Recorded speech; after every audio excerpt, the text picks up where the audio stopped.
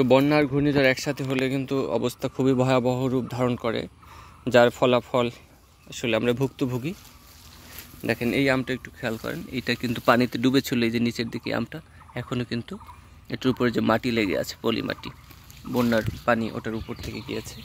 তো তারপরে যেগুলো টিকেছে বেশ ভালোই সাইজ হয়েছে, এবং এটা কিন্তু আধা কেজির উপরে যায়, আপনারা জেনে থাকবেন।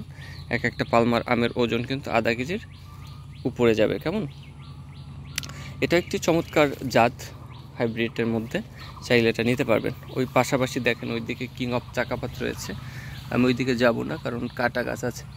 এই যে ওইটা কিং অফ চাকাপাত, এই সামনে গেলে আর কয়েকটা আম দেখতে পাবো চাকাপাতের।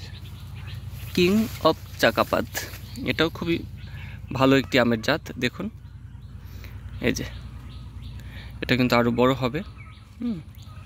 এখানে বেশ কতগুলি আম রয়েছে এই যে, এবং এই আমটা কিন্তু একটু অন্যরকম শেপ, দেখেন কেমন যেন, মানে এই যে এটা ব্যাখ্যা কি দিব, একটু চ্যাপ্টা আবার একটু ভারী ও এটে। এই গাছটা কিন্তু ভালো আম টিকেছে, ওই যে ফাঁকে ফোকরে অনেক আম আছে, সব তো দেখানো যাচ্ছে না। এই যে দেখেন ভালোই আম কিন্তু ধরেছে। তো এই কিং অফ চাকাপাত এটাও ভালো জাত, চাইলে এটা আপনারা নিতে পারেন, ভালো হবে এই আর কি। এই যে দেখেন বেশ ভালোই উচ্চ ফলনশীল, এবং সবচেয়ে ভালো কথা হচ্ছে আমের টেস্ট ভালো। আমরা তো টেস্টের জন্যই নিব, স্বাদ ভালো বিধায় মানুষ এটাকে অ্যাকসেপ্ট করবে, ভয়ের কোনো কারণ নাই। আর একটু সামনে আমরা আগাবো, তাইলে তোতাপুরি নামে একটা আম আছে, এই মাঝখানে একটা ভেরিগেটেড মালটা দেখাই দিই।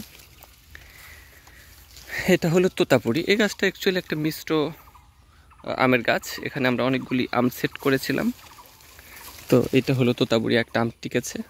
এই যে দেখেন তোতাপুরি আমটা কিন্তু শেপটাই অন্যরকম, এটা দেখলেই বুঝতে পারবেন। এই এটা হলো তোতাপুরি আম,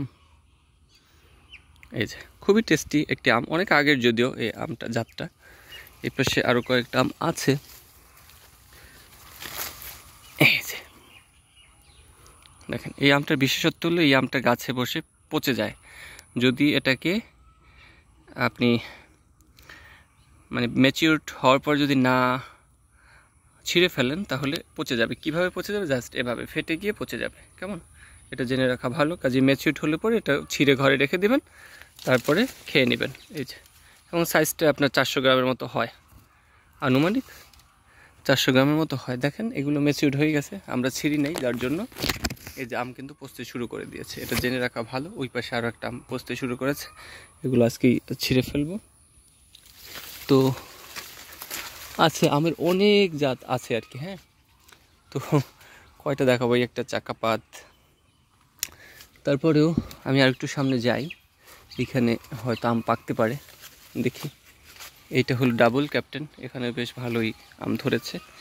ভিডিও করতে কষ্ট হচ্ছে আর কি, একা একা এক হাতে মোবাইল নিয়ে করতেছি তো ভিডিও, যার জন্য।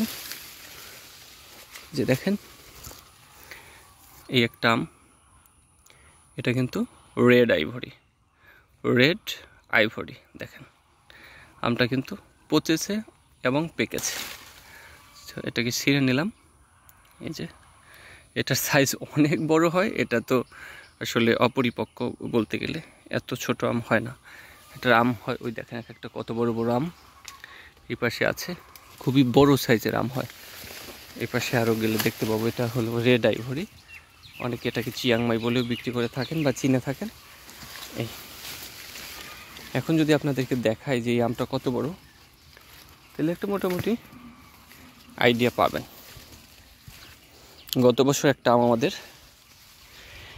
1 ফিটের মতো হয়েছিল, এবং এই আমটাও ইতিমধ্যে দেখেন এই যে নিচ থেকে ধরলে 1 বিঘাতে বড় হয়ে গেছে। ঠিক আছে, আমি হাতের উপরে নেওয়ার চেষ্টা করি, তাইলে আইডিয়া পাবেন কতটা বড়। এই যে এটা উচ্চ ফলনশীল, খুব ভালো ফল দেয়। ওই পাশে আরও রেড আইভরি আছে, তো দেখাবো আস্তে আস্তে, ভিডিও তো বড় হয়ে যাচ্ছে।